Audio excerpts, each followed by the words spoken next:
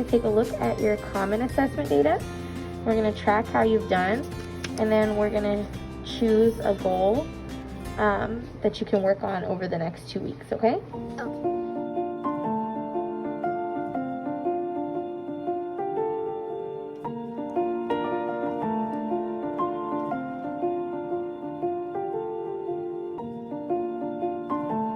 So my commitment for PL is to be more consistent with setting and tracking non-academic goals with students.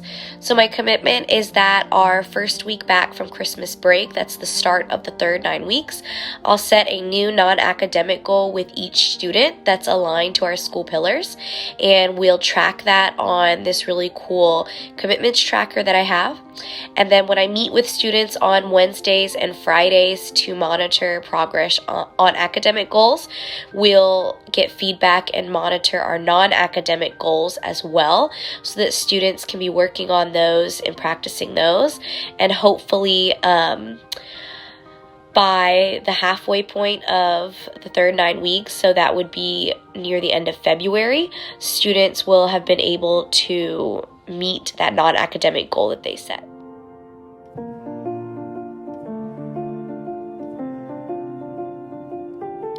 My second PL commitment is to make sure that I'm giving really intentional feedback to students. Right now, I meet with students on Wednesdays to give them feedback on their playlists, but there's a lot of kids, and sometimes I'm just in a rush to get through them all, and I'm not giving the best feedback. So I want to make sure that I'm giving each student a glow and a grow that's really specific to them and that will help them meet their goals. And I want to start doing that when we get back from Christmas break. That's the second week of January. That's the beginning of the third 9 weeks. And I want to check back in at the start of February just to assess myself and make sure I'm doing what I committed to do.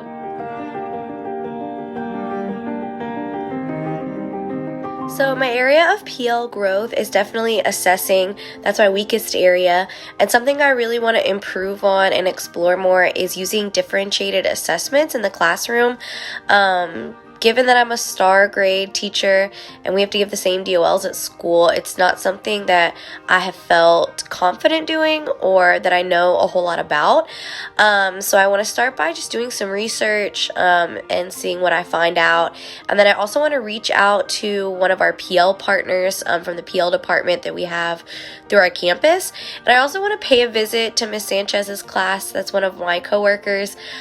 She is using differentiated assessments in her classroom, and I want to see how she does that and what that actually looks like, so that I can get an idea of how I could implement that in my classroom, because it's definitely an area I have a lot of room to grow in, and I really want to explore. Hopefully after I've done some research and met with some teachers who are actually giving differentiated assessments and choices in the classroom, then I can start implementing that.